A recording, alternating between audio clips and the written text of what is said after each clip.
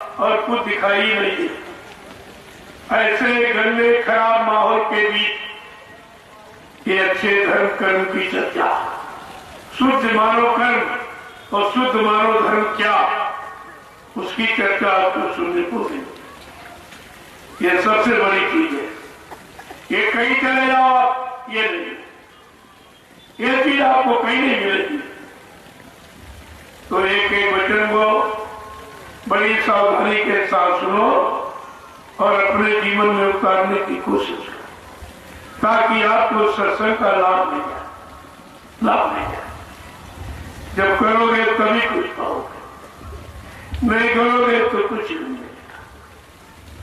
इसलिए जिस महापुरुष ने अपना इतना अमूल्य समय हम सब कलयुग के गंदे जीवों को गंदगी से हटाने, गंदे कर्मों से अलग करने में, सही सच्चे रास्ते पर चलने के लिए इतना अथक परिश्रम किया। ऐसा धरती पर कोई गुरु आया ही नहीं जिसने अपने शिष्यों के लिए, अपने शिष्यों भक्तों की मुसीबत, आपत्ति, परेशानियों को दूर करने के लिए स्वतः सारी मुसीबत का गठर बांधकर अपने सिर पे रखकर और जेल में चला गया, जेल में चला गया हो, ऐसा धरती पर कोई नहीं। इतनी हमदर्दी लेकर, और आपने ऐसे हमदर्दी, ऐसे शुभचिंतक, ऐसे रहनुमा को आपने बिल्कुल नहीं पहचाना। इतना बड़ा काम और कोई कुछ कर नहीं पाया। इसीलिए बाबा जी ने कहा, अरे भाई तुम शंका में मत रहना, न मुझे कोई मार सकता है, न मुझे कोई धोखा दे सकता, न मुझे कोई धन सामान से खरीद सकता। मैं अपना काम करने आया हूँ, काम करके ही जाऊंगा। अगर जरूरत पड़ी इसी काम को करने के लिए तो मैं इसी शरीर में 400 वर्ष से रहूंगा और अपना काम करके ही जाऊंगा। काम है वो गांधी महात्मा नहीं जो चूक जाऊं। गांधी महात्मा चूक गए, गोली के शिकार हो गए, लेकिन बच्चा सृष्टि में हमें मारने के लिए कोई गोला बारूद तैयार ही नहीं। कार्य कोई नहीं जो इतना बड़ा चैलेंज कर रहा है, उसके बारे में आपने कुछ विश्वास ही नहीं किया।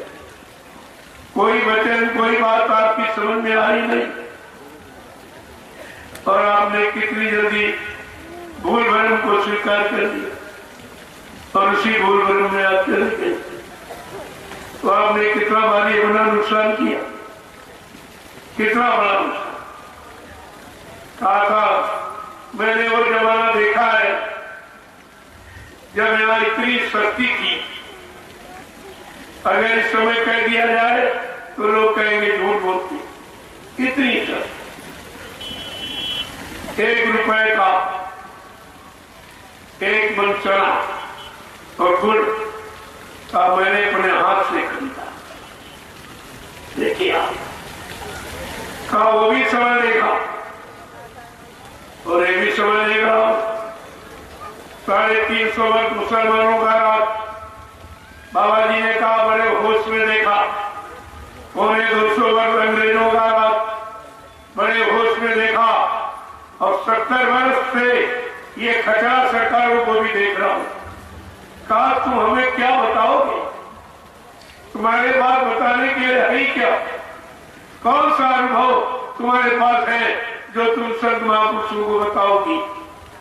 लेकिन अगर तुम बात मान लो तो तुम्हारा काम हो जाएगा, और नहीं मानोगे और मुसीबत में चले जाओगे।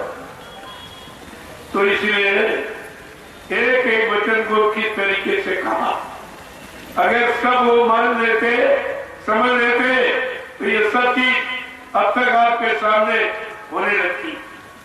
नहीं माने तो इधर उधर हो गया। अरे भाई राम 14 वर्ष के लिए जंगल गए थे, चाहते तो अयोध्या से फौज ले आते, लंका बचाए करके रावण को मार देते, बात खत्म थी। लेकिन लीला कैसे होती? अरे लीला क्या होती? लीला का इतिहास कैसे बनता? लीला का इतिहास बनाने के लिए 14 वर्ष जंगल में गुजारी, घर में रात में नहीं, जंगल में, और एक साधु भेष सब कुछ छोड़कर त्याग कर काय की इंतजारी की, परिवर्तन की, राम राज लाने की तैयारी जंगल में की, अयोध्या में बैठ के नहीं की। और जब उनको इतनी इंतजारी करनी पड़ी, जो केवल एक देसी प्रदेशी परिवर्तन के लिए आए, और बाबा जी ने तो विश्व परिवर्तन की आवाज लगाई, तो इनको कितनी इंतजारी करनी पड़ेगी? अगर ये तुम्हारी समझ में आ जाता तो कहीं शंका का विषय ही नहीं था।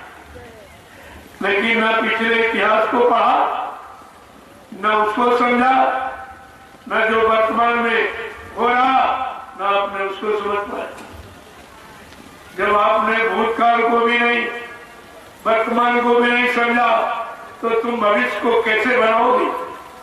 अरे भविष्य तो वर्तमान पर डिपेंड करता। अगर वर्तमान अच्छा हो जाए, अच्छा करने लगो, तो निश्चित कि भविष्य अच्छा होगा।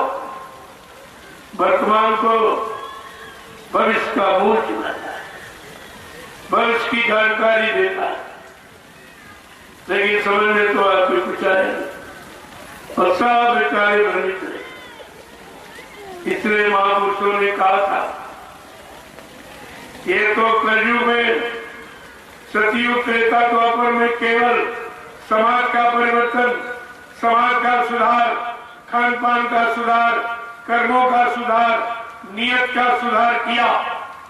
लेकिन कलयुग का परिवर्तन देश समाज का सुधार और जीवात्माओं का उद्धार, ये दोनों काम करेगा।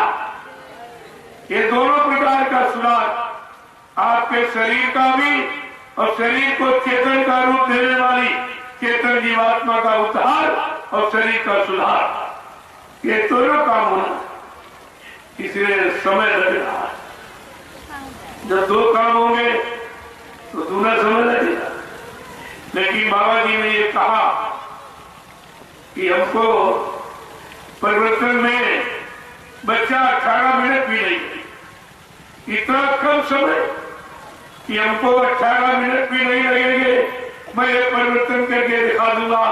लेकिन तुम अभी परिवर्तन के मोड़ पर रास्ते में खड़े ही नहीं। मैं खड़ा करता हूं, तुम फिसल जाते हो, अपनी बुद्धि लगाने लगते हो। अगर अपनी बुद्धि से तुम ये सब काम कर लो, तो फिर पिछले युगों में क्या हिरण्यकशिप की बुद्धि नहीं था, वो राजा था, उसने बुद्धि लगाई, फेल हो गया, मारा गया। रावण जैसा धर्मवान बलवान 4 वेद 6-7 18 पुराणों का गया था, लेकिन समय की जानकारी उसके पास नहीं थी। जो समय से ऋषियों ने राम नाम जगाए नाम की महिमा, वो नहीं समझ पाया, वो मारा गया बेचारा। जगाए नाम की महिमा, हिरण्यकशिप हरि नाम को नहीं समझ पाया, मारा गया। जगाए नाम की महिमा, राजा कंस नहीं समझ पाया, 56 करोड़ यदुवंशी नहीं समझ पाए, नहीं मार पाए, तो सब मारे गए। ये तो महाकाल का इतिहास आप पढ़ते ही हो, आप जानते हो। लेकिन कलयुग का इतिहास, वो सदगुरु की दया से जो होने वाला है, वो इतिहास इन सबसे बहुत कड़क। कहा मैं कलयुग का ऐसा इतिहास बनाऊंगा जो भूते न भविष्यते, सतयुग त्रेता द्वापर के लोग अपने बने युग का इतिहास पढ़ना भूल जाएंगे। मैं इसी भारतीय वसुंधरा पर ऐसा परिवर्तन करके दिखाऊंगा, और जिसको हिंदुस्तान ही नहीं सारा विश्व नमस्कार करेगा। आपने ये क्यों नहीं सुना? सुना तो ये क्यों नहीं समझा? समझा तो आपने विश्वास क्यों नहीं किया और कहा कि कहां चले गए। इतिहास बनाने वाला इतना सर्वशक्तिमान है जो सारे युगों के इतिहास को पीछे कर दिया और कहा वो इतिहास मारकाट हिंसा के हैं और ये इतिहास वैचारिक क्रांति का होगा। बिल्कुल अनोखा, अनूठा, अद्वितीय और विलक्षण इतिहास।